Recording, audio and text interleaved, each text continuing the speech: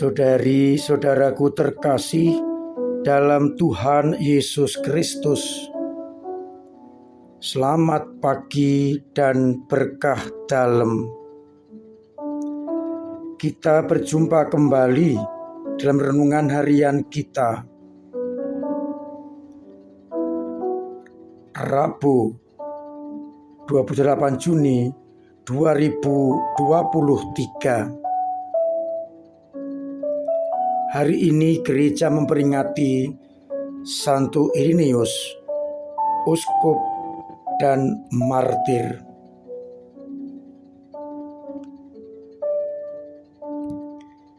Ia lahir di Asia Kecil sekitar tahun 140. Ia mendapat pendidikan di Smyrna dari Santo Polikarpus, salah seorang murid Yohanes Rasul. Riwayatnya tidak banyak diketahui, tetapi dari tulisan-tulisannya dapat diperoleh tentang dia bahwa dia sungguh sebagai seorang pribadi yang berpegang teguh pada ajaran iman yang diperoleh dari Polikarpus maupun Yohanes pengarang Injil. Sebagai seorang imam, Ireneus bekerja di Lyon dan dengan gigih mempertahankan iman Katolik. Ketika terjadi penganiayaan di Lyon tahun 177, Uskup kota Lyon, Pothinus, meninggal karena penganiayaan yang kejam atas dirinya. Maka Ireneus diangkat menjadi penggantinya. Sebagai uskup, ia menggembalakan umat dengan penuh perhatian dan cinta. Ia berkhotbah dalam bahasa setempat, meskipun ia sendiri dibesarkan dalam bahasa Yunani. Ia benar-benar membela iman dan memperjuangkan kesatuan gereja dan menegakkan kewibawaan Sri Paus. Nama Ireneus berarti cinta damai, yang kemudian ia sendiri mencoba mengusahakan damai itu dalam hidupnya. Ketika terjadi perselisihan antara gereja Latin dan Yunani tentang Hari Raya Paskah, ia menjadi juru bicara Paus untuk meluruskan, menengahi perselisihan itu. Ia dengan tidak henti-hentinya dan gigih memperjuangkan iman yang benar, iman yang autentik. Dan akhirnya pada tahun 202 ia meninggal sebagai martir Kristus. Kita bersyukur atas kegigihan Santo Ireneus yang memperjuangkan kehidupan gereja dengan sungguh-sungguh. Kita mohon rahmat Allah agar semangat yang sama menjadi semangat kita. Bacaan hari ini dikutip dari kitab Kejadian bab 15, di mana digambarkan Abraham percaya kepada Tuhan, dan itu diperhitungkan sebagai kebenaran, dan Tuhan mengikat perjanjian dengan Abram. bahwa Abram akan mendapatkan keturunan yang berlipat-lipat.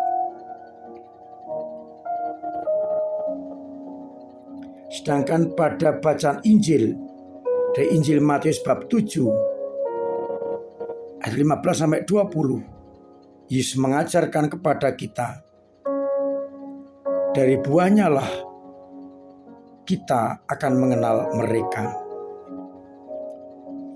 Digambarkan bagaimana nabi-nabi palsu akan datang menyamar seperti domba, meskipun mereka sesungguhnya serigala yang ganas dan buas. Maka untuk itu kita harus benar-benar teliti dan mengerti mana yang domba, mana yang serigala. Kita diajak untuk menilai, melihat kebenaran dari buah-buah pengajaran. Seperti disampaikan Yesus, tidak mungkin orang akan mendapatkan buah yang baik dari pohon yang tidak baik, atau sebaliknya mendapatkan buah yang baik dari pohon yang tidak baik, atau pohon yang baik menghasilkan buah yang tidak baik. Kita diajak untuk benar-benar mengerti, menyadari, dan menilai dari buah-buahnya. Saudari-saudaraku terkasih, Yesus hanya mengajarkan kepada kita untuk waspada, untuk berhati-hati terhadap banyaknya orang yang seakan-akan mengaku orang baik, namun sebenarnya mereka serigala yang ganas. Kita diajak untuk meneliti dari hasil buahnya, sehingga kita akan mengikuti gembala yang benar-benar gembala dan menghasilkan buah-buah yang baik. Kita diajak untuk tidak mudah terkecoh dengan penampilan luar, sehingga kita akan terjerumus.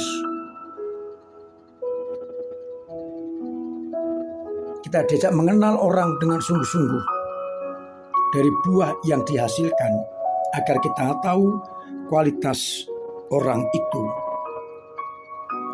Dengan demikian pula, kita akhirnya akan bisa mengambil sikap yang tepat berhadapan dengan buah-buah itu. Maka mari kita mencermati siapa yang menghasilkan buah yang baik yang kita harapkan. Bapak Abraham jelas kelihatan buah baiknya ketika ia percaya akan sabda Yahweh. Maka dia sebagai bapak bangsa menghasilkan buah iman yang sudah teruji. Iman yang besar terhadap Yahweh menjadi kekuatannya, dan buahnya adalah berkat melimpah atas dirinya itu. Saudari-saudaraku terkasih, di tengah dunia ini banyak orang yang hanya melihat penampilan luar pohonnya, tapi tidak melihat buahnya. Kita diajak benar-benar mengerti buah-buah yang baik, dan dengan demikian kita akan mengenal pohonnya. seorang rasul, seorang pewarta Injil,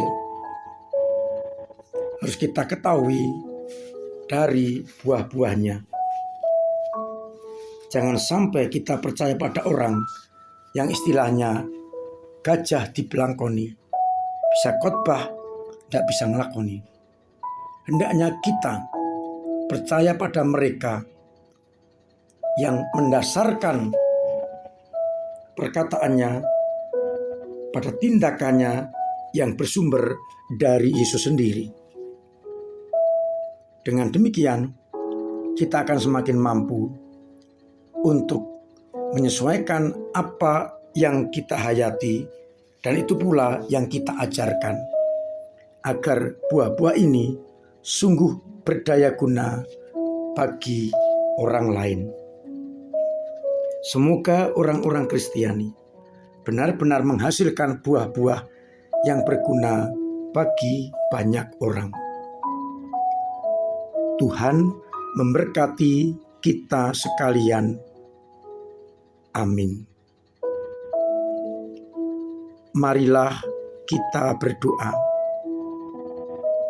Bapa yang penuh kasih, kami bersyukur karena kami Kau ingatkan agar tidak mudah terkecoh pada penampilan luar, tetapi dari buah-buah yang nampak, sehingga kami mengikuti jalan yang benar, pribadi yang benar, seperti Engkau sendiri yang memberikan kehidupan kepada orang-orang yang setia kepadamu. Mampukanlah kami untuk semakin titen dan mengerti pohon mana yang baik dan pohon mana yang jelek yang bisa kita mengerti dari buahnya. Sebaliknya, sebagai murid-murid-Mu, kami Kau mampukan untuk menghasilkan buah-buah yang baik, yang berguna bagi banyak orang. Semoga kami semua semakin mampu menghasilkan buah-buah yang baik demi luasnya kerajaan-Mu. Bantulah umat-Mu yang sakit dan berikanlah kesembuhan kepada mereka. Yang punya persoalan, Engkau bantu untuk mengurainya. Yang punya beban berat, Engkau ringankan. Yang kesusahan ekonomi, Engkau bantu sesamanya agar akhirnya mereka tetap mengalami kasih setia-Mu. Bapa, bantulah kami semua untuk semakin mengerti kehendak-Mu, menghasilkan buah yang baik, dan menyelamatkan banyak orang. Untuk itu, sertai kami dengan berkat-Mu sendiri, Bapa dan Putra dan Roh Kudus. Amin. Saudari-saudariku terkasih, saya tetap mengingatkan, menjaga protokol kesehatan, sehingga kita benar-benar terbebas dari ancaman virus corona.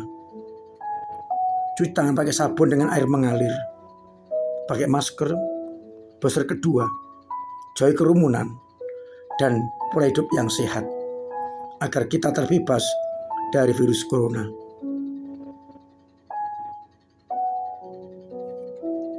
Saya terus mengucapkan terima kasih pada panjenengan semua yang dengan sungguh-sungguh berperhatian kepada gereja dengan cara masing-masing. Semoga dengan demikian gereja tetap mampu untuk ambil bagian dalam karya keselamatan. Maka doa-doa panjenengan sangat diperlukan. Tenaga-tenaga diperlukan, dan juga dana, agar akhirnya kita bisa membantu orang untuk terus bertahan dalam iman. Semoga kita mampu berpartisipasi dalam mengisi gedung serbaguna kita, sehingga segera bisa kita berkati dan bisa dipakai untuk berpastoral.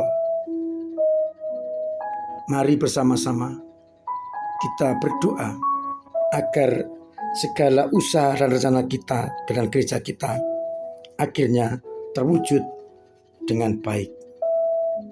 Semoga kita semua dimampukan menjadi pohon yang baik, yang menghasilkan buah-buah yang baik.